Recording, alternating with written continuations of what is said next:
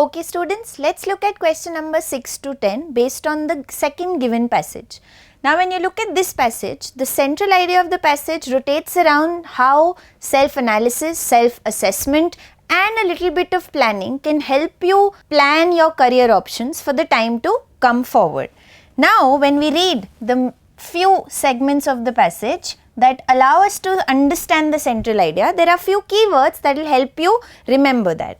The passage focuses on two basic ideas: personality, interest, abilities, aspirations, strengths and weaknesses.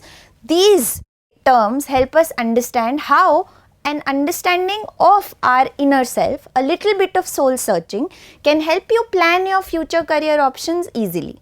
When you further read the passage, it also focuses on the idea of not to let other people guide your interest. Be determined to work based on your strengths and weaknesses, as well as towards the end, the author highlights the importance of not going strictly by the plan as people and circumstances tend to change. So when we collate all the ideas together, there is one dominant idea that we get from the passage, which is a little bit of self-analysis, self-assessment and planning before choosing your career alternatives always helps for a successful endeavor ahead. Now, based on the central idea, let's look at the next question. Question number 6 says, career planning is an activity that requires what? So, when we looked at the first few lines of the passage, we identified the basic needs that are required for career planning. Option 1 says analyzing one's personality, interest, abilities, aspirations, strengths and weaknesses. Now, these were the very terms which were written in the first line. So, as of now, first option is appropriate. On the other hand, just to be sure, look at how the other option gives additional information rather than the dominant central idea. So, we can easily say that the correct answer would be option 1. So now, based on the understanding of the central idea, we can easily identify the first option as the correct answer. So option 1 is the answer. Now, move on to the next question. Question 7 says the passage may be summarized as.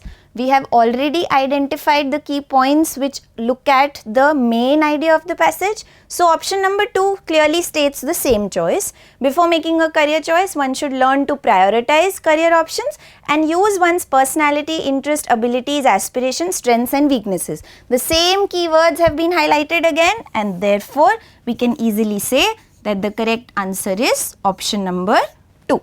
So therefore, based on the central idea, again the keywords have been stressed and therefore the correct answer is option 2. Let's look at the next question based on the same passage. So let's look at question number 8 based on the same passage. Question number 8 says self-analysis is considered an important part of self-assessment because. Now as we read about self-analysis, it's a job mostly dealing with soul searching to identify your strengths, weaknesses and ability. Therefore, the correct answer becomes option number 1. Soul searching helps us to judge our abilities honestly and helps us understand our career options better. Therefore, we can easily say that the correct answer is option number 1. So let's look at question number 9. A trained career counselor can help us do what? Now when we read about the trained career counselor's role in the passage, we easily identified what all it can help us achieve. Option number 4 clearly says a counselor can help us identify different professions that will help us use our abilities, because a trained professional can help us prioritizing and choose the option that is most viable. Both the elements were highlighted as the role of the counselor. Therefore, the correct answer becomes option number 4. Let's look at the third passage based on which we have the next set of 5 questions.